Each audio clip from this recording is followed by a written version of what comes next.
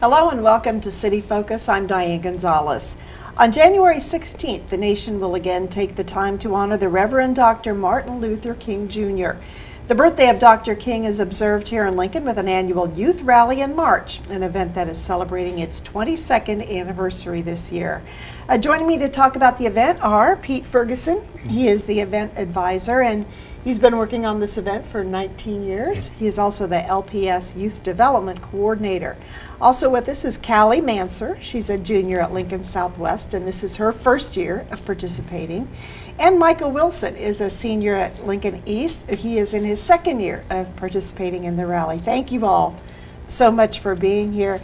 Pete, I'm going to start with you for a little bit of history. Tell us how this all got started and how the event has evolved over the years. Well, it began in 1993 with a call to act from the late Dr. Leola Bullock. And those who know Dr. Leola Bullock, when she makes a request or calls you to act, you listen and you move forward with it. And it was significant because she recognized that the significance and the role that Dr. King not only played in her life, but was playing in the lives of so many others. And as she noted that her and other elders were quickly, and not quickly, but were carrying on that message, and she felt it was important that youth understood the meaning and the impact that Dr. King had on them, not only just in the history books, but also how tangibly what he meant to them and the role that he played in their opportunities, their successes, but also the challenges that they were facing. And so with that, she kind of came out of the Youth Rally in March in 1994, which was a wholly run youth experience. And so the neat part about it is that youth gave input, youth provided the speeches, youth provided the content, youth provided the theme for the experience. And they met weekly. Planned everything, and then it culminated on the steps of the County City building in 1994 on a cold day with I Have a Dream speech given by Johansi Christie, who was then a scholar at Lincoln High School. Sarah Bartek, who was a student at Lincoln Southeast High School, gave some opening remarks and just spoke on the impact that Dr. King had on not only them, but the community and the nation as a whole. And then as the years have gone on, it evolved into kind of what you see here today with a pre-rally and then an event that happens at the Warner Chamber at the State Capitol on that third Monday in January. And I think the nice part about it is we've progressed where we have scholars from third grade on up to seniors in high school that have been involved. It used to kind of primarily be one school that was involved. I'd say Lincoln High School predominantly carried it. We've had individuals from Raymond to Norris to Pius to every high school, as you can see here, with scholars from Southwest to Lincoln High to East High School, as well as a lot of the middle schools and elementary schools who have come to the table. Because we think it's important that we have an experience that educates, inspires, and entertains a really diverse audience of individuals that are 4 to 90 years old. And as Dr. Bullock really talked about, she wanted people to make sure that they spoke out and stood up to recognize the successes that we've had and the progress that we've made, but also not forget those challenges that we still face and where we came from. And so I think that's been the really nice part about the rally and the march as it's moved forward for those last 19, but ultimately those 22 years. Right, and after 22 years, it remains very much a student-run event. Callie, why did you decide that you wanted to be involved this year? Well, I had a teacher reach out to me and tell me about the event, and I heard about it in the past, and I was very interested in becoming more involved in my community and seeing the history that's been cultivated by this event and seeing to further that future of it. And so I reached out to Pete through email to learn more about the meetings and see if I could become interested and become a part of this big event.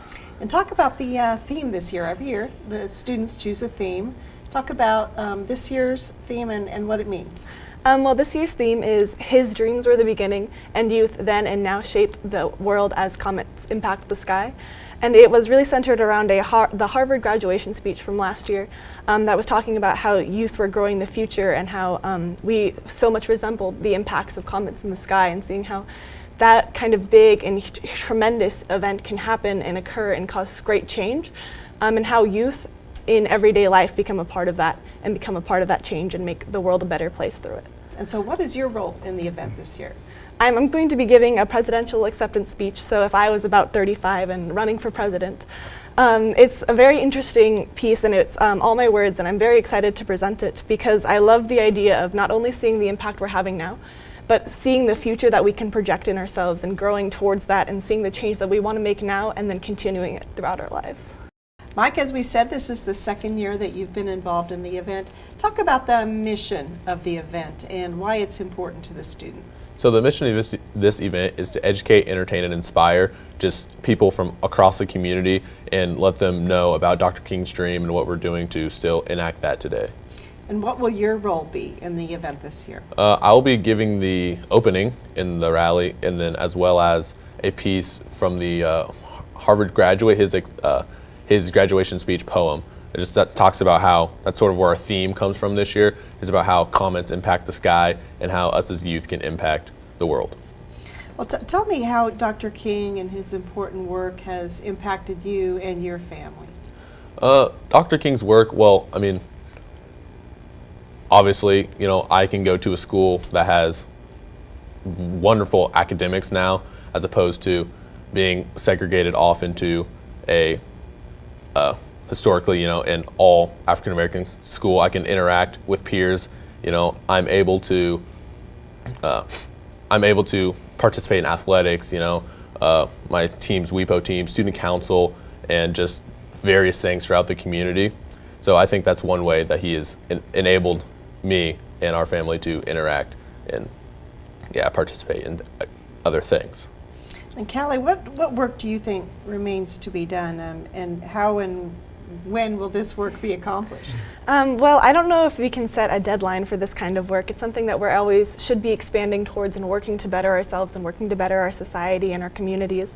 I think that society and people always need to work towards not only tolerance but general acceptance and learning to understand and act and work together with everybody regardless of who they are, and making sure that every day they go out and they do their best work that's going to benefit everybody and not just a specific group. What do you see as the civil rights movement of your lifetime? Well, I think the civil rights movement is just continuing today, expanding off of Dr. King's work, and then expanding. Right now, our focus is we've grown in a huge spectrum, not only working towards bettering the rights of people of color, but as well as working towards all women's rights, LGBT rights, and then refugee rights as well, working towards to prevent xenophobia, and as well as just bettering the community, working towards classism. And then when it comes to youth and the work we're working towards mainly right now is closing the achievement gap, and then working towards those gaps that exist in our society and are inhibiting people from doing their best. Now, Michael, why do you think it's important for people to attend? I think it's important for people to attend just to see that the youth are still carrying out Dr. King's dream today and touch on issues that we still face in today's world, and how we've identified those and what they can do to help change in some areas that we may need some help in. Pete, you had some comments about that as well? Well, I just think, you know, as adults, one of, our mission statement talks about promoting positive youth action. And that's something that, you know, a lot of people don't realize the youth played a significant role in the civil rights movement. I think actually they were really that turning point when you talk about the Birmingham Children's Crusade, you know, when over 800 youth didn't skip school, but they left school because they were seeking not a separate but an equal type education. SNCC, the Student Nonviolent Coordinating Committee, which was comprised of young people their age and, you know, not much older, led by John Lewis. The civil rights movement became, I don't want to say national, but meant something to everybody when, you know, individuals saw on TV that young people were getting sprayed with, you know, thousands of pounds of pressure water hoses, canines were attacking them, youth, 12 to 13, 14, 15, 16 years old were getting beat with nightsticks. And, you know, you had people, black, white, races, different genders sitting in their homes saying, you know what, I can't imagine what somebody of that age would do to deserve that. And so When you talk about why you should come out, I think it's not only remembering the past, but remembering where we can go in the future, but it's promoting positive youth action. And so too often we like to say, you know, what youth aren't doing, what they're doing wrong, what they're not doing right, but you know, here's a prime example of something that they are doing to give back to this community, to inspire this community to pursue a path that will make it what we want for each and every one of us. Pete, talk a little bit about the support that you get from the community. The Lincoln Public Schools obviously are very involved, as well as the Lincoln Journal-Star, the Malone Center, your family, some individuals as well. You know, it's not just one person can do this. We are very fortunate that we've had the support of the community over the last 22 years. Everybody who performs or is involved has either donated their time, talents, and treasures. Like you mentioned, the Lincoln Journal-Star is very gracious, and Mary Wixelman and Ava Thomas for supporting and putting a program together and laying that out. Lincoln Public Schools has been very supportive. The Clyde Malone Community Center hosts our meetings weekly, and we just really can't think of a better place to meet than the Clyde Malone Community Center. We have other individuals, Todd Fitzgerald and his family has been very supportive, and I just think it's very unique when somebody calls. You know, oftentimes when you talk about collaboration, the first thing people ask is, what are you willing to give, or what are they going to get out of it, not what can they give. And so when we get those phone calls of saying, you know, how can I be a part of the rally? What can I give to you to help make this a success? You know, we have Emily Koopman, who's been a past member of the rally. Last meeting, she made chili for the entire group for the meeting. And I mean, for 20 people, that's, you know, that says something. Everybody gives in the way that they can. And so I think that's been, to me, the neatest part about the event, when you have alumni like Brittany Hodges, who now serves as an advisor, who now has 2 children of her own, that comes to weekly meetings. Dr. Kirkland, the university, you know, is gracious enough to let us use the ballroom, and the TRIO program, who, you know, serves as a sponsor. I mean, you don't get that for very many experiences like this. The city of Lincoln is gracious enough to help us with the parade route and the permits, and, you know, Chuck Hubka at the Capitol, and I could go on and on, who make this, even behind the scenes, a reality to have such a significant experience that 500 people plus attend. Yes, it usually is pretty crowded in there, but it's a great environment. Callie, talk about what you have learned from being involved in the event this year. I've learned a lot this year. I've learned a lot about the history of the event and all of the people who have been involved. While I've heard about the event in the past and I've attended it a few times, I didn't know the deep, rich history that existed within it. And then I've also learned just so much about the experiences of my other students that I get to meet from other high schools.